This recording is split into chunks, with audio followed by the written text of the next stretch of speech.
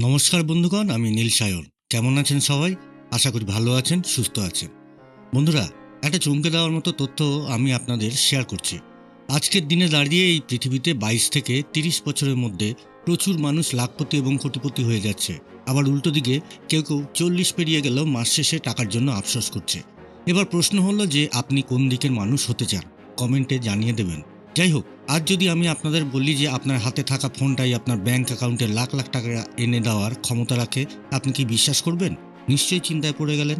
আসুন প্রমাণ করে দিচ্ছি। দেখুন, আমাদের বেশিরভাগ মানুষের শৈশবে একটা ভুল শিক্ষা দেওয়া হয়। ভালো করে পড়াশোনা করো, চাকরি পাও, তারপরেই টাকা আসবে। কিন্তু বাস্তবতা হলো ৯৫% মানুষই চাকরি করে কোনোদিনই ধনী হতে পারে না। আমরা আমাদের কাজকে চাহিদা মতো সময় দিচ্ছি, কিন্তু সেই বাড়তি সময়ের সঠিক দাম আমাদের ইনকাম আমাদেরকে দিচ্ছে না। অল্প বয়সে ধনী হওয়ার ৩টে সবচেয়ে বড় বাধা রয়েছে। প্রথম বাধা, টাকার জন্য সময় বিক্রি করা। আপনি যতই পরিশ্রম করুন না কেন, আপনার মাসের বেতন ফিক্সড। আপনি সময় বেশি দিলেও ওটা বাড়বে না। ২, মানসিকতার ভুল। ধনী হতে গেলে অনেক টাকা লাগে, এই ভাবনাটা একেবারেই ভুল। ৩, ভয়। রিস্ক নিতে ভয় পাওয়া। নতুন কিছু শুরু করার আগে কি হবে আর কি হবে না সেই নিয়ে নানান চিন্তা করে সেই রিস্কটা নেওয়া হয় না। আপনি কি জানেন, ২০ থেকে ৩০ বছর বয়সটা হলো জীবনের সবচেয়ে পাওয়ারফুল এবং অ্যাক্টিভ সময়। এই সময়ে আপনাকে সঠিক সিদ্ধান্ত নিতে হবে, না হলে ৪০ বছর বয়সের পরে গিয়েও আপনার মনে হবে যে হায় রে, আমি এইভাবে জীবনটাকে তৈরি করতে পারতাম। এই হাহাকারটা আপনাকে করতেই হবে।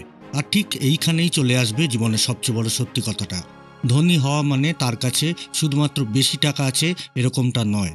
ধনী হওয়ার মানে হচ্ছে আপনার নিজের সময়, স্বাধীনতা এবং ইনকাম সব কিছুর একসাথে মালিক হওয়া। আপনার বয়স যতই কম হবে ততই আপনার রিস্ক নেওয়ার ক্ষমতা বেশি হবে। আপনি যদি কম বয়স থেকেই সঠিক মানসিকতা, সঠিক স্কিল এবং সঠিক নেটওয়ার্ক গড়ে তুলতে পারেন, তাহলে ২৫ বছর বয়সের মধ্যেই আপনার ব্যাংক ব্যালেন্স হতে পারে লাখ টাকা, এমনকি কোটি টাকা হওয়ার সম্ভাবনাও উড়িয়ে দেওয়া যায় না। সো, আপনাকে যদি ধনী হতে হয় তাহলে স্টেপ বাই স্টেপ যে ৫টা কাজ করতে হবে, সেগুলো আমি ৫টা পয়েন্টের মাধ্যমে আপনাদেরকে শেয়ার করছি। আপনারা একটু মনোযোগ দিয়ে বোঝার চেষ্টা করুন। আপনার একটা পাওয়ারফুল স্কিল লাগবে, যেটি আপনার টাকা ছাপানোর মেশিন হিসেবে কাজ করবে। একটা জিনিস মাথার মধ্যে এখনই ফিক্স করে রাখুন, ডিগ্রি আপনাকে চাকরি দেবে, কিন্তু স্কিল আপনাকে স্বাধীনতা দেয়। এই কথাটা আপনি যত তাড়াতাড়ি বুঝতে পারবেন তত তাড়াতাড়ি ধনী হতে পারবেন। এর মানে পড়াশোনা যে লাগবে না এটা কিন্তু বলা হচ্ছে না। যাই হোক, আজকের যুগে যে স্কিলগুলো আপনাকে লাখপতি বা কোটিপতি বানাতে পারে, সেগুলোর মধ্যে আমার পছন্দের কটা স্কিল আপনাদের জানাচ্ছি। এগুলো হচ্ছে ডিজিটাল মার্কেটিং, ভিডিও এডিটিং বা ইউটিউবের জন্য কন্টেন্ট ক্রিয়েশন, ওয়েব ডেভেলপমেন্ট বা app development, graphics designing, e commerce management. এই ধরনের আরও বহু অনলাইন ইনকাম সোর্স রয়েছে, যেগুলোর একটিও যদি আপনি ভালো জায়গা থেকে খুব ভালোভাবে শিখতে পারেন, তাহলে আপনাকে টাকার জন্য কখনোই আর পিছনে ফিরে তাকাতে হবে না। সো, পয়েন্ট নাম্বার 1, আপনাকে একটা পাওয়ারফুল স্কিল শিখতেই হবে। ২, আপনার সময়কে গুনে গুনে কাজে লাগান। অল্প বয়সে অনেকে নানানভাবে সময় নষ্ট করে, যেমন গেম খেলে, রিলস থেকে, অকারণে আড্ডা মেরে। কিন্তু ধনী হতে চাইলে আপনাকে দিনটাকে একটা সঠিকভাবে ভাগ করে কাজে লাগাতে হবে। এটি কেমনভাবে করতে হবে তার একটা আইডিয়া দিচ্ছি। ঘুমের ৮ ঘন্টাকে বাদ দিয়ে বাকি ১৬ ঘন্টা এভাবে আপনারা কাজে লাগাতে পারেন। ৪০% সময় স্কিল শেখার জন্য রাখতে হবে, ৩০% সময় ইনকাম জেনারেটিং প্রজেক্টের জন্য কাজ করতে হবে, ২০% সময় রাখতে হবে নেটওয়ার্কিংয়ের জন্য, 10% সময় আপনি অবশ্যই রিল্যাক্স করুন। আড্ডা দিন, রিফ্রেশমেন্ট করেন বা এন্টারটেনমেন্ট যাই করুন করুন। কিন্তু সবসময় মনে রাখবেন যে টাকার চেয়েও ভয়ঙ্কর জিনিস হচ্ছে গিয়ে সময় নষ্ট করা। কারণ সময় একবার চলে গেলে সেটি আর ফিরে আসবে না। তার মানে হলো আপনাকে নিজের সময়কে গুনে গুনে কাজে লাগাতে হবে। নেটওয়ার্কই আপনার নেটওয়ার্থ।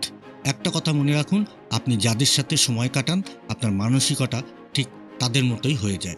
যদি আপনি আপনার চারপাশে শুধু কম বেতন চাকরির প্রতি বিরক্তি, টাকার অভাব নিয়ে সবসময় কথা বলতে শোনেন, তাহলে আপনার চিন্তাভাবনা ঠিক সেখানেই আটকে যাবে। নিজেকে এমন মানুষের সাথে রাখার চেষ্টা করুন যারা ব্যবসা, ইনভেস্টমেন্ট, নতুন আইডিয়া এবং প্রোগ্রেসিভ মাইন্ডসেট নিয়ে কথা বলে। তাদের সাথে আড্ডা দেওয়ার চেষ্টা করুন। এখন তাদেরকে আশেপাশে যদি খুঁজে না পান, তাহলে যেটি করতে পারেন, ডাইরেক্ট অনলাইন কমিউনিটিতে যোগ দিতে পারেন। ফেসবুক গ্রুপ, ইনস্টাগ্রামে বিভিন্ন কমিউনিটি রয়েছে যোগ দেওয়ার জন্য। লিঙ্কডইনে অনেককে ফলো করতে পারেন। ইভেন্টে অংশ নিতে পারেন। ইউটিউব বা পডকাস্ট থেকে অনেক কিছু শিখতে পারেন। সো, আমাদের পয়েন্ট ৩ হলো আপনার নেটওয়ার্ক বিল্ড করতে হবে এবং সেটা অবশ্যই পজিটিভ হতে হবে। ৪, ইনকাম সোর্স বাড়ান। একটা চাকরি বা একটা ব্যবসার উপর ভরসা করে চলা আজকের দিনে মানে এই ২০২৫ সালে একটা আত্মঘাতী সিদ্ধান্ত। শুরুতে ফ্রিল্যান্সিং প্লাস ইউটিউবিং একসঙ্গে করতে পারেন, অথবা চাকরি প্লাস অনলাইন বিজনেস যেমন প্রোডাক্ট রিসেলিং, অথবা চাকরি প্লাস ইউটিউবিং বা চাকরি আর ডিজিটাল মার্কেটিং। যে করেই হোক আপনাকে ডুয়েল ইনকাম সোর্স বের করতে হবে। 5, ইনভেস্ট করা শুরু করুন, কিন্তু স্মার্টভাবে। দেখুন, আপনি যদি আপনার টাকাকে বাড়াতে চান, আপনার নিজের টাকা দিয়ে টাকাকে বানাতে চান, তাহলে আপনাকে ইনভেস্ট করতে হবে। টাকাকে আপনি ব্যাংকে রেখে দেবেন, এটা কিছুতেই করা যাবে না। টাকাকে ইনভেস্ট করতে হবে, তবে অবশ্যই নিজের জন্য একটা সেফটি মানি, মানে ইমার্জেন্সি যতটুকু দরকার সেটুকু রেখে তারপর এক্সট্রা টাকাটা ইনভেস্ট করতে হবে। এখন অনেকে ইনভেস্টটা করবে কোথায় সেটা বুঝতে পারে না। আবার অনেকে ইনভেস্টিং না শিখেই বিভিন্ন জায়গায় টাকা ইনভেস্ট করে ফেলে, পরবর্তীতে লস হয়ে যায়। এটা একদমই করা যাবে না।